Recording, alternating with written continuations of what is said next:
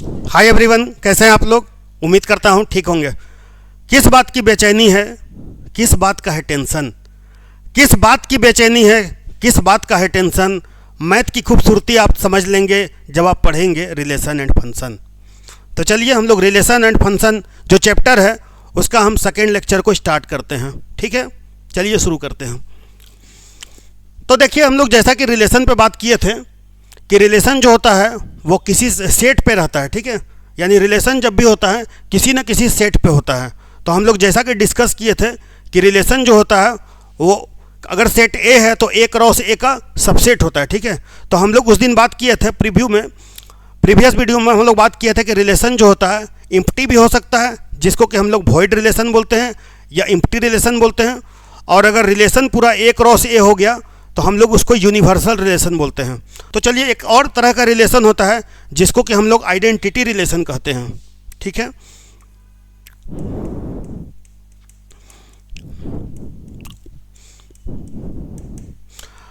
तो देखिए identity relation किस टाइप का रिलेशन होता है। सपोज कीजिए कि ए कोई सेट है, उसके पास है एलिमेंट 1 2 3।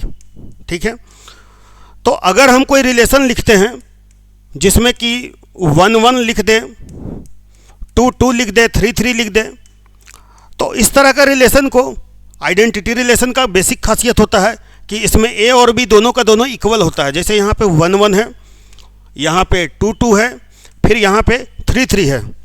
तो आपका दिमाग में चलेगा कि सर ये रिलेशन तो रिफ्लेक्सिव भी हो सकता है। बिल्कुल रिलेशन रिफ्लेक्सिव होगा। तो आप एक बात याद रखेंगे कि जो आइडेंटिटी रिलेशन होता है वो रिफ्लेक्सिव रिलेशन हमेशा होता है, पर ये ज़रूरी नहीं है कि रिफ्लेक्सिव रिलेशन भी आइडेंटिटी रिलेशन हो। तो चलिए हम लोग फिर से एक बार जो रिफ्लेक्सिव रिलेशन है उस पर फिर से एक बार बात करते हैं। ये तो आपको समझ में आ गया होगा कि आइडेंटिटी रिलेशन जो होता है वो रिफ्लेक्सिव रिलेशन होता है। ठीक है, तो हम लोग नेक्स्ट देखते हैं रिफ्लेक्सिव रिलेशन किसको बोलते हैं। तो रिफ्लेक्सिव रिलेशन को जैसा कि समझाए थे कि कोई रिलेशन किसी सेट पे सपोज करते हैं, फिर से हम लोग वही सेट ए 1 2 3 लेते हैं और यहाँ मान के चलिए कि कोई रिलेशन है। ठीक है, 1 1 2 2 3 3। तो क्या यह रिफ्लेक्सिव रिलेशन होगा? बिल्कुल होगा। सेट के पास 1 2 3 था और हम यहाँ जो रिलेशन डिफाइन किए उसमें है एलिमेंट 1 1 2 2 3 3।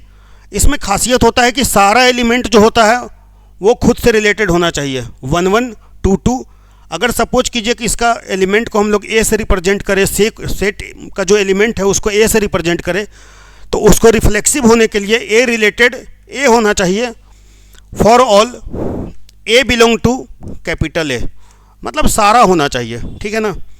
अगर हम सपोज करते हैं कि आर कोई रिलेशन लिखते हैं 1 1 2 2 और उसके बाद हम लिख देते हैं 3 1 3 2 3 3, तो इसको हम कहेंगे कि नहीं? तो बिल्कुल कहेंगे। 1 1 2 2 और 3 3 तीनों तो है, तो फिर रिलेशन जो होगा रिफ्लेक्सिव हो जाएगा। ठीक है ना।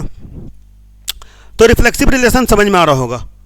तो भाई क्या इसको हम अगर 1 1 2 2 3 3 और कुछ और भी एलिमेंट हो तो क्या इसको हम आइडेंटिटी रिलेशन कहेंगे? नहीं भाई, आइडेंटिटी रिलेशन नहीं कहेंगे। आइडेंटिटी रिलेशन में ए और बी इक्वल होता है। ठीक है ना। तो यहाँ पर 3 1 और 3 2 में ए और बी अनइक्वल है। तो कहने का मतलब साफ है कि जो आइडेंटिटी रिलेशन होता है उसको हम लोग रिफ्लेक्सिव रिलेशन तो बोलेंगे, लेकिन ज़रूरी नहीं है कि हर एक रिफ्लेक्सिव रिलेशन भी आइडेंटिटी रिलेशन होगा। ठीक है, तो आपको समझ में आ रहा होगा रिफ्लेक्सिव रिलेशन इसी चीज़ को बोलते हैं जिसमें एक एलिमेंट खुद से रिलेटेड होता है। ठीक है, तो चलिए हम लोग नेक्स्ट देखते हैं अगला।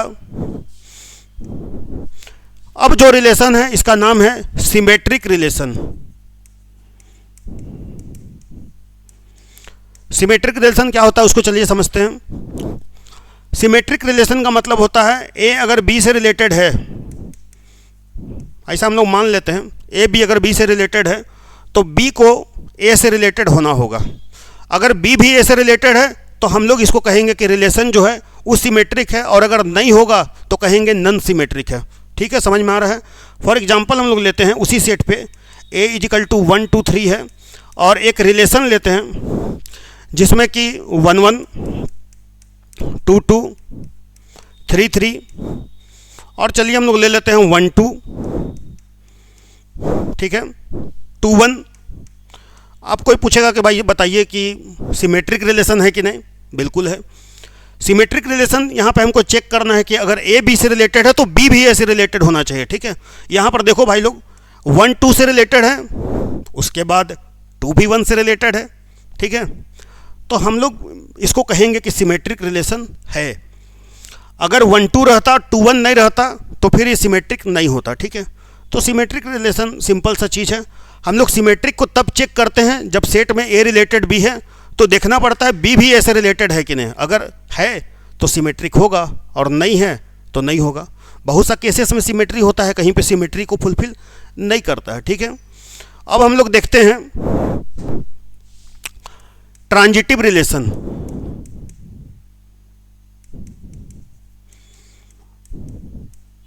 ट्रांजिटिव रिलेशन के लिए सेट से 3 एलिमेंट को हम लोग को कंसीडर करना पड़ता है। ट्रांजिटिव रिलेशन होता है कि किसी रिलेशन में अगर ए बी से रिलेटेड है एंड बी जो है वो सी से रिलेटेड है तो ए रिलेटेड सी होना चाहिए, ठीक है। ए रिलेटेड बी, बी रिलेटेड सी। तो अगर ए रिलेटेड सी होगा तो हम लोग उस रिलेशन को ट्रांजिटिव रिलेशन कहेंगे, ठीक है। तो चलिए हम लोग एक एग्जाम्पल कंसीडर करते हैं। 1 1 2 2 3 3 इतना लिखते हुए रिफ्लेक्सिव हो गया। अब हम ऐसा करते हैं कि एग्जाम और दिखाते हैं 1 2 2 3 और 1 3। तो इस एग्जाम्पल में देखो 1 2 है यानी कि 1 2 से रिलेटेड है, फिर 2 3 लिखे हैं, 2 जो है 3 से रिलेटेड है।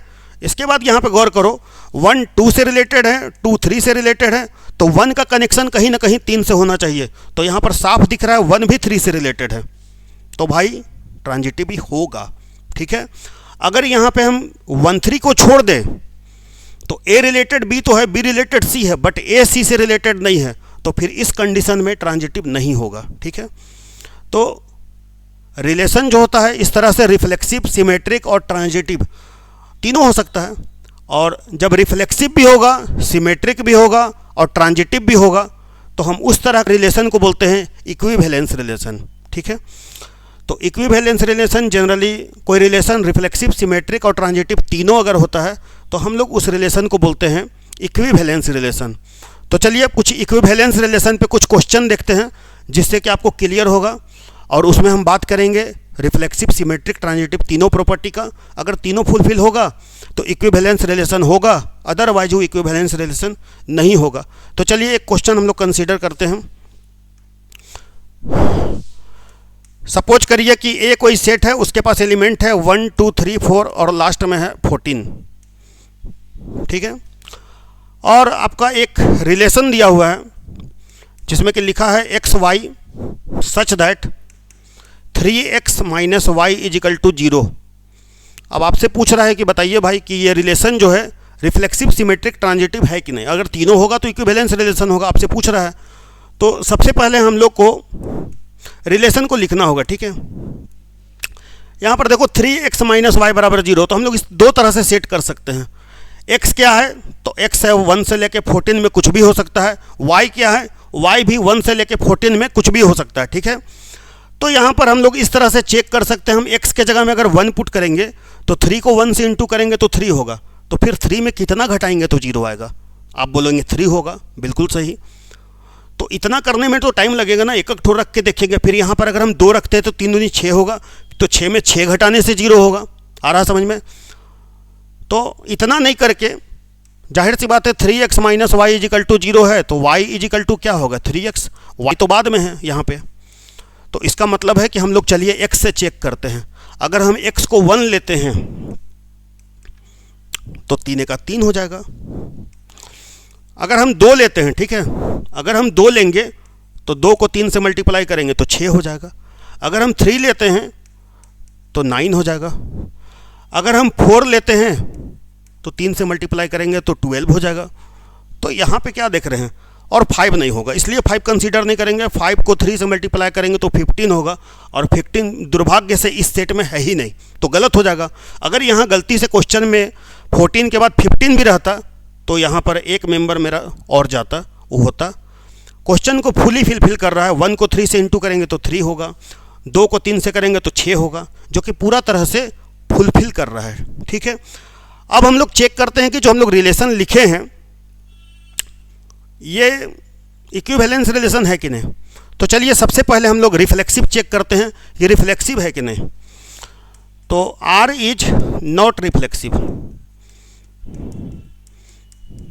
तो देखो भाई, रिफ्लेक्सिव का शर्त होता है कि कोई एलिमेंट खुद से रिलेटेड होना चाहिए सेट का सारा एलिमेंट के लिए। ठीक है, तो आप यहां पर देखो कि 1 1 है, यहां पे नहीं ना है, कहां से रहेगा।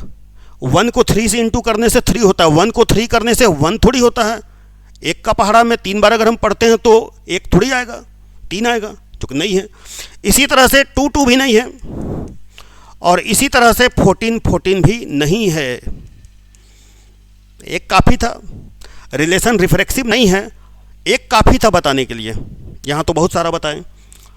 अब हम लोग चेक करेंगे कि सिमेट्री है कि नहीं। तो सिमेट्री भी भाई नहीं है।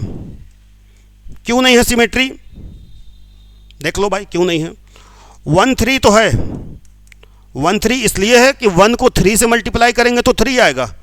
क्या 3 को 3 से मल्टीप्लाई से करने से 1 आता है? नहीं भाई, 9 आता है। तो गलत है भाई, बिल्कुल गलत है। 3 1 अगर हम लिखते हैं तो नहीं है। तो बहुत सारा रीजन नहीं देंगे, इतना काफ़ी है कि सिमेट्री नहीं है। अब हम लोग इस पर ट्रांजिटिव भी चेक कर लेते हैं। तो देखो ट्रांजिटिव हम लोग किस तरह से चेक करेंगे। आर जो है नॉट ट्रांजिटिव होगा, आर इज नॉट ट्रांजिटिव। क्यों भाई, क्यों नहीं होगा। तो देखो सेट में यहाँ देखो पहचानो, 1 3 3 9। 1 3 से रिलेटेड है क्योंकि 1 को 3 से मल्टीप्लाई करने से 3 आता है। 3 9 से रिलेटेड है, 3 को 3 से मल्टीप्लाई करने से 9 आता है। क्या 1 को 3 से मल्टीप्लाई करने से 9 आएगा? नहीं, गलत है। इसका मतलब है यहाँ पे साफ पता चल रहा है नॉन ट्रांजिटिव क्यों हुआ। 1 3 से रिलेटेड है, अच्छा बात है। 3 जो है 9 से रिलेटेड है, बहुत खूब। बट यहाँ पे 1 9 जो है वो रिलेटेड नहीं होता है। इसका मतलब हो गया कि R जो होगा वो ट्रांजिटिव नहीं होगा। ठीक है, तो R न तो रिफ्लेक्सिव हुआ, न सिमेट्रिक हुआ, और न ही ट्रांजिटिव हुआ। तो इस वजह से इक्विवेलेंस रिलेशन नहीं हो पाएगा। हम कह सकते हैं कि R is not an equivalence relation. ठीक है, तो बच्चों इक्विवेलेंस रिलेशन में इसी तरह से क्वेश्चन चलता रहेगा, रिलेशन फंक्शन का सीरीज भी चलते रहेगा। तो आशा करता हूँ आप लोग को ये क्लास समझ में आया होगा। आप हमारे यहाँ ऑफलाइन और ऑनलाइन दोनों क्लास चलता है, आप ऑफलाइन का भी क्लास कर सकते हैं, सीट लिमिट है।